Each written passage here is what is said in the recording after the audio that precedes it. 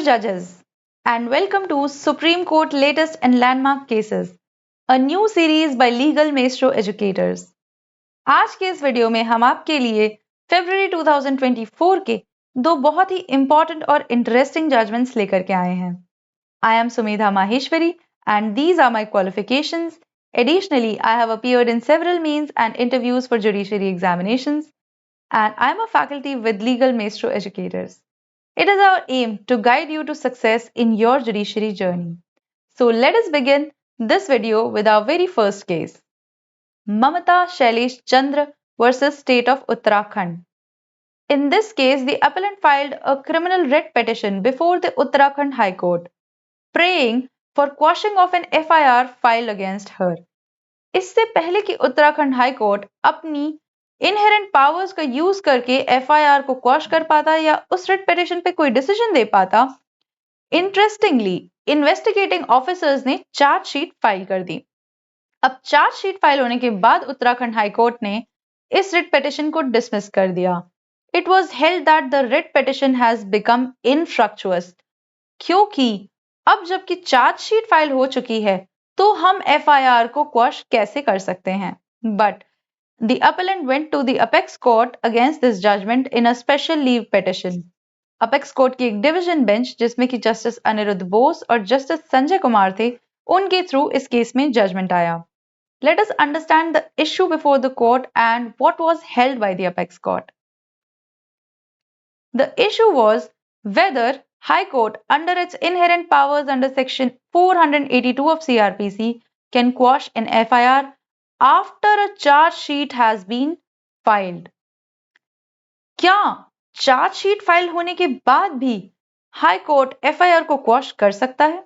Supreme court ने held किया that the high court is not restrained from exercising it's inherent jurisdiction and could still examine if offences alleged to have been committed were prima facie made out or not on the basis of the FIR, charge sheet and other documents.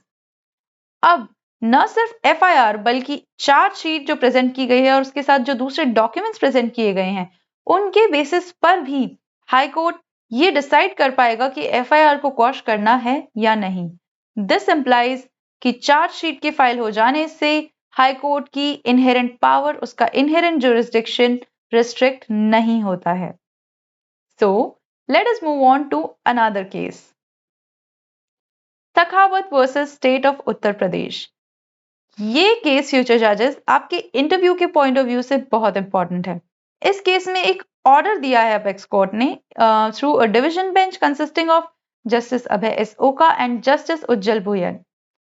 इस order में supreme court ने कहा है कि supreme court की जो registry है, the registry of the Supreme Court should stop referring to trial courts as lower courts, और जो ट्रायल कोर्ट का रिकॉर्ड है उसे भी लोअर कोर्ट रिकॉर्ड कहकर नहीं बुलाया जाना चाहिए.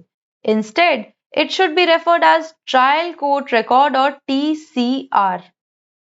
Now this judgement is in line with the important landmark precedent of the Supreme Court in All India Judges Association versus Union of India and others, जो कि 2023 का 3 जज बेंच डिसीजन है अपेक्स कोर्ट का. इस केस में supreme court ने ये हेल्ड किया था कि district judiciary is not subordinate judiciary. It is not subordinate to the high court और the Supreme Court.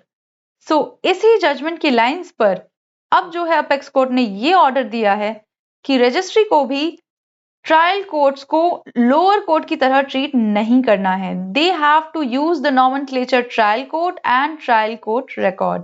So future जजेस, अगर आपसे इंटरव्यू में ये पूछा जाए कि क्या ट्रायल कोर्ट सबऑर्डिनेट जुडिशरी में आते हैं या फिर क्या डिस्ट्रिक्ट कोर्ट सबऑर्डिनेट जुडिशरी है, तो आपका जवाब होगा नहीं, वो सबऑर्डिनेट जुडिशरी नहीं है, और उसके लिए आप ये केसेस साइट करेंगे.